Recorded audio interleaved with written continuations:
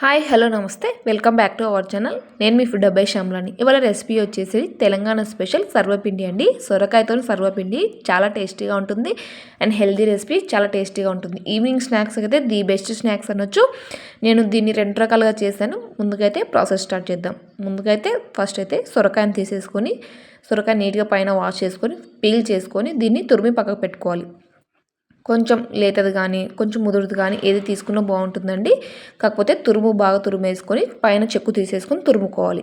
Next వచ్చేసి ఇందులోకి నేను ఎక్కడైతే పెసరపప్పు తీసుకున్నానో మీ దీని ప్లేస్లో శనగపప్పు కూడా తీసుకోవచ్చు. నాకు కొంచెం టైం లేక నేను ముందుగా ఫాస్ట్గా అయితే నానుతుంది పెసరపప్పు అనేసి పెసరపప్పు తీసుకున్నాను. కొంచెం లేట్గా టైం ఉంది అనుకుంటే శనగపప్పు నానబెట్టుకోండి. ఒక హాఫ్ అన్ అవర్ శనగపప్పు అయితే, పెసరపప్పు అయితే ఒక 10 మినిట్స్లో నానిపోతుంది.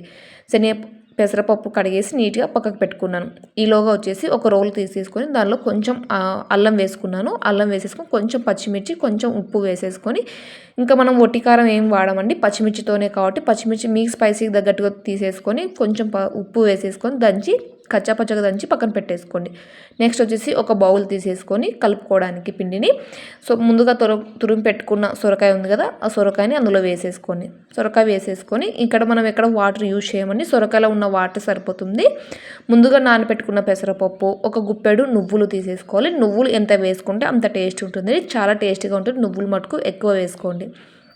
నెక్స్ట్ వచ్చేసి కొంచెం మనం ముందుగా దంచి పెట్టుకున్న అల్లం పచ్చిమిర్చి పేస్ట్ అందులో వేసేసుకోవాలి. కచ్చాపచ్చగా దంచుకుంటేనే మనకు టేస్ట్ తినేటప్పుడు చాలా బాగుంటుంది. నెక్స్ట్ వచ్చేసి కొంచెం జీలకర్ర వేసేసుకోవాలి. ఒక స్పూన్ జీలకర్ర వేసేసుకొని కొంచెం కలర్ కోసం పసుపు వేసేసుకోవాలి. దీనికి టేస్ట్కి తగ్గట్టుగా సాల్ట్ కూడా యాడ్ చేసుకోవాలి. ఎందుకంటే మనం ముందుగా కూడా కొంచెం ఉప్పు వేసాం, మరి పిండి కలుపుకున్నా కూడా ఒకసారి చూసుకోవచ్చు. నెక్స్ట్ వచ్చేసి ఫైనల్ ఇంగ్రీడియంట్ బియ్యం పిండి అండి. ఇక్కడ బియ్యం పిండి తీసేసుకొని మన సొరకాయకి ఎంతైతే సరిపోతుందో, ఇక్కడ మెజర్మెంట్ చెప్పాల్సిన అవసరం లేదండి. మనకు సొరకాయలో వాటర్ ఉంటుంది కదా, కలుపుకుంటూ పిండిని వేసుకోవడమే. మన రొట్టె ముద్ద ఎలా వస్తుంది, చపాతి పిండి ముద్ద అలా సాఫ్ట్గా తడిపేసుకోవాలి. చూసారు కదా, ఇంకా మనం ఎక్కడ వాటర్ యూజ్ చేయాల్సిన అవసరం లేదండి. ఫైనల్గా ఇంగ్రీడియంట్ ఒకటి మర్చిపోయానండి, నేను కరివేపాకు వేయడం మర్చిపోయాను. మీరు కొత్తిమీర కూడా వేసుకోవచ్చు. నాకైతే కరివేపాకు ఫ్లేవర్ ఎక్కువ ఇష్టం కాబట్టి కరివేపాకు వేసేసాను.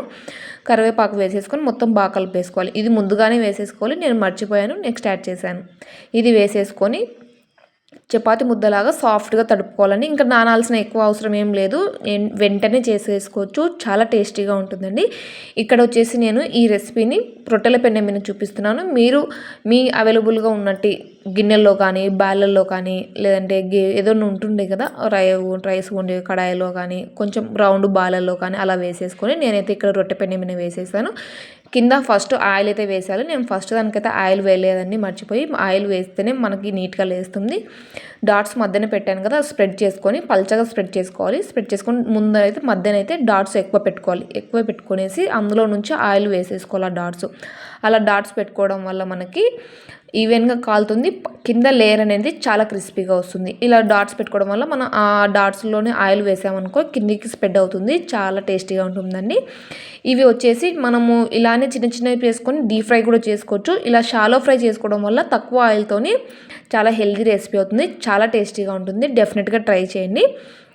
నెక్స్ట్ వచ్చేసి మూత పెట్టేసుకొని మనం కాల్చుకోవాలి.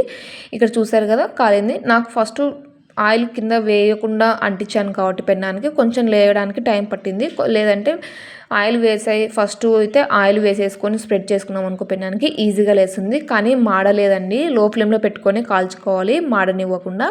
హై ఫ్లేమ్ పెట్టామనుకో మాడిపోతుంది. చూసారు కదా, చాలా క్రిస్పీగా ఉందండి, చాలా టేస్టీగా ఉంటుంది. నువ్వులు ఎక్కువ వేసాం కాబట్టి పెసరపప్పు నువ్వులు వేగిన దానిలో చాలా టేస్టీగా ఉంటుంది. చూసారు కదా, రెండో దానికైతే నేను ఆయిల్ అంటించేసాను కాబట్టి చాలా ఈజీగా లేసింది. మీరైతే ఆ మిస్టేక్ చేయకండి, నేను ఆ మిస్టేక్ చేశాను కాబట్టి అలా అయింది. కాకపోతే చాలా టేస్టీగా వస్తుంది, డెఫినెట్గా ట్రై చేయండి. ఈవినింగ్ స్నాక్స్కి అయితే ది బెస్ట్ రెసిపీ అని చెప్పొచ్చు. ఇదొక రెసిపీ కదా అండి.